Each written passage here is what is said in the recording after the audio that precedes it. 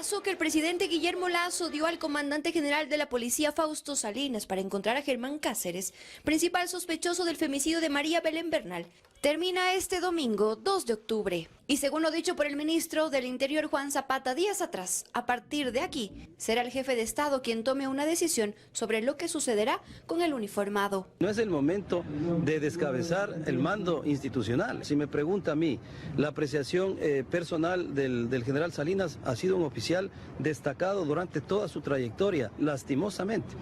Los que estamos a veces a la cabeza de una institución somos los que tenemos que asumir las responsabilidades de errores de malos funcionarios. Mientras se decide el futuro en el cargo de Salinas, la policía confirmó que está activa la notificación de difusión roja en contra de Germán Cáceres y con ello será buscado en 195 países. Esto significa que la persona va a enfrentar un proceso de extradición. No necesariamente quiere decir que esa detención vaya a concretarse y sea devuelta al país que está requiriendo, sino solamente la ubicación y detención de esa persona. En caso de que esto suceda, el Estado ecuatoriano deberá reunir toda la información que justifique la extradición de Cáceres, asegura el penalista. Para que este país le devuelva, puede ocurrir dos cosas: que se encuentra de manera ilegal y es expulsado, como ha ocurrido con ecuatorianos que han sido devueltos de Estados Unidos, de Colombia o de España en el último año, o que se realice un juicio de extradición. Hasta ahora, 2 de los 19 generales de la cúpula policial han sido cesados en funciones por el caso Bernal. Los otros 17 están en proceso de evaluación.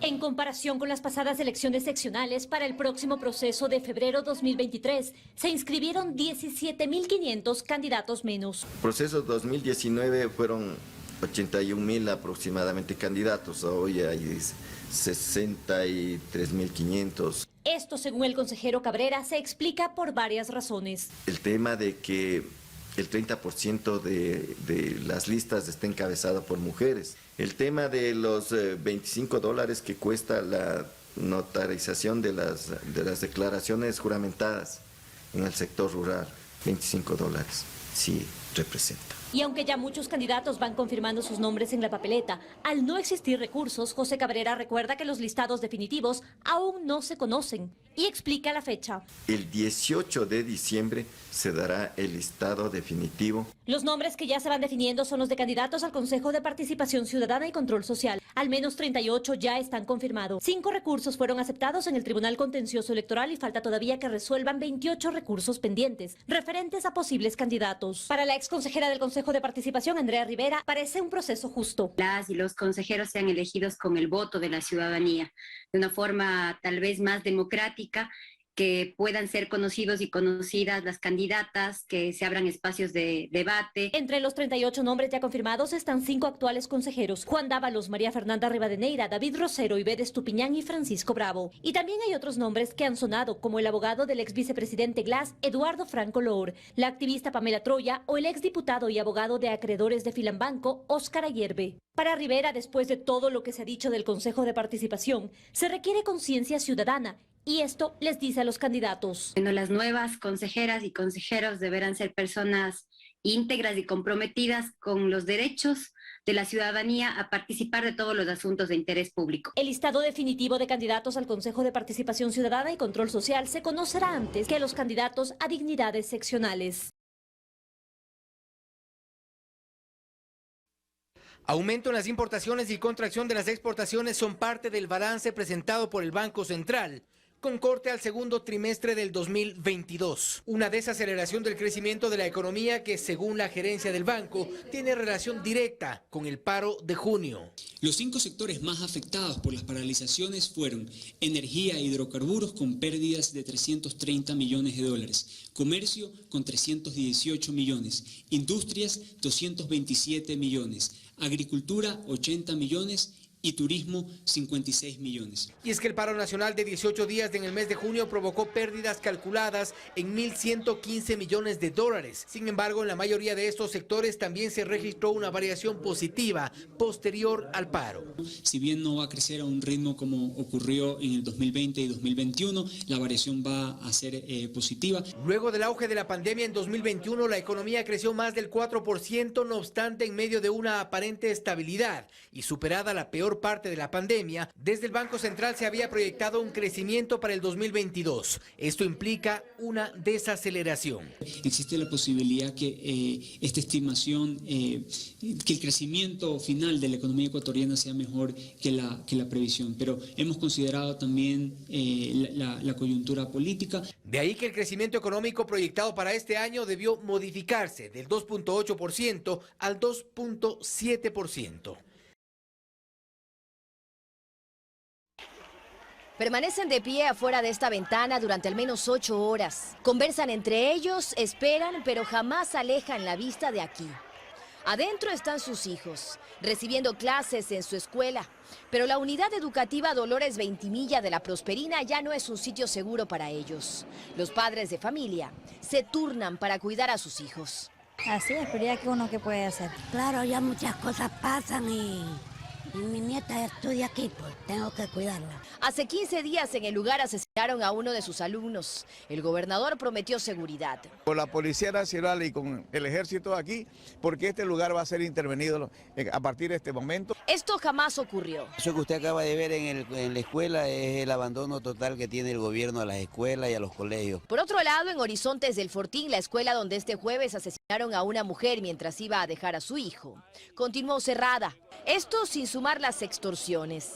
En Ciudad Victoria, los padres de familia son extorsionados. Les piden $5 a la semana. Ya han advertido a los profesores que si no colaboran ya van a tocar ponerle a explosivos. Algunos piensan en ya no llevar a sus hijos a estudiar. Yo prefiero a mi hija dejarla en casa porque imagínense, son 4 niños que tengo yo en el plantel. La semana pasada la escuela amaneció rociada de gasolina.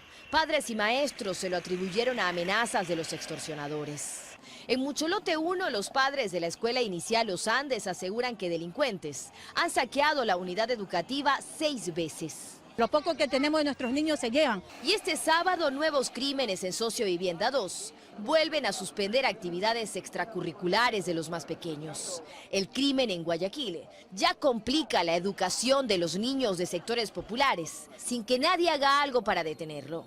El responsable no es el Frente de Seguridad del gobierno, o no sería ese el único, sino que hay un responsable mayor que hemos visto que ha dejado de hacer lo que le corresponde, y es del Frente Social. Además de a la policía, solicitamos información al Ministerio de Educación, pero el ministerio no ha contestado nuestras inquietudes. Pues si bien la seguridad le corresponde exclusivamente a la policía, ya hay niños a quienes se les está privando su derecho a la educación.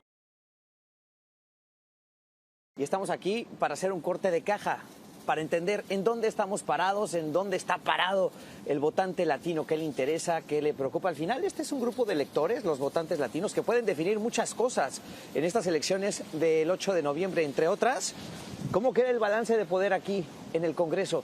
Así que esto es parte de los descubrimientos que hicimos en esta encuesta de NBC News y Noticias Telemundo. Los republicanos han logrado enlistar a sus filas a más votantes latinos.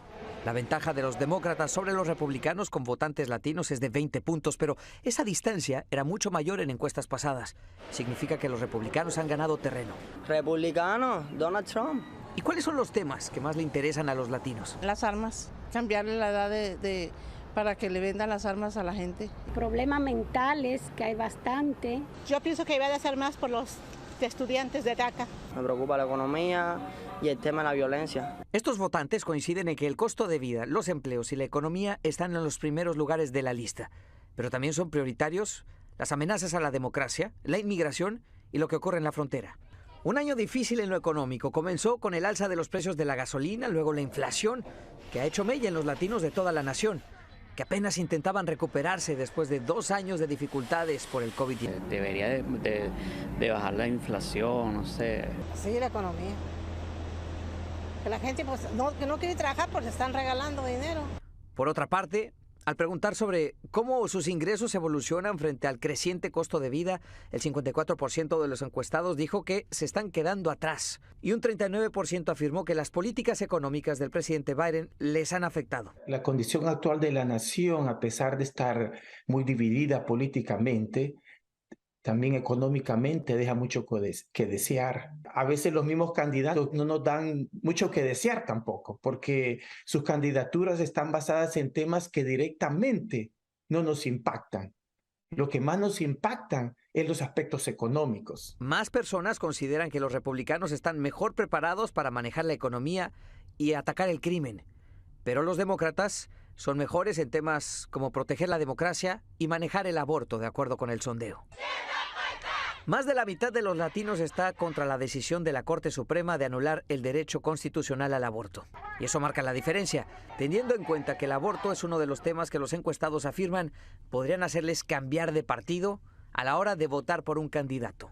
El votante joven, sobre todo hispano, Latinx, está más inclinado a votar en contra de los políticos que basan su campaña a favor de que el aborto sea criminalizado. Casi nos vuelve a dar un paro cardíaco con este tema de que ya volvió a subir la gasolina. Después de semanas de un descenso en el precio de la gasolina, el valor volvió a dispararse en California. Y este conductor de Uber prácticamente está trabajando para pagarla. Llego a trabajar hasta 14 a 16 horas al día. Estos son 5 a 6 días a la semana. Prácticamente es un día extra a lo normal. Después de un alza histórica en el país durante el verano, en varios estados el precio ha ido cayendo y alcanzó un promedio nacional de $3,79 el galón, pero en California la media subió a $6,29 y en algunas estaciones de servicio ya supera los $7. Antes pues yo con $50 diarios me abastecía todo el día.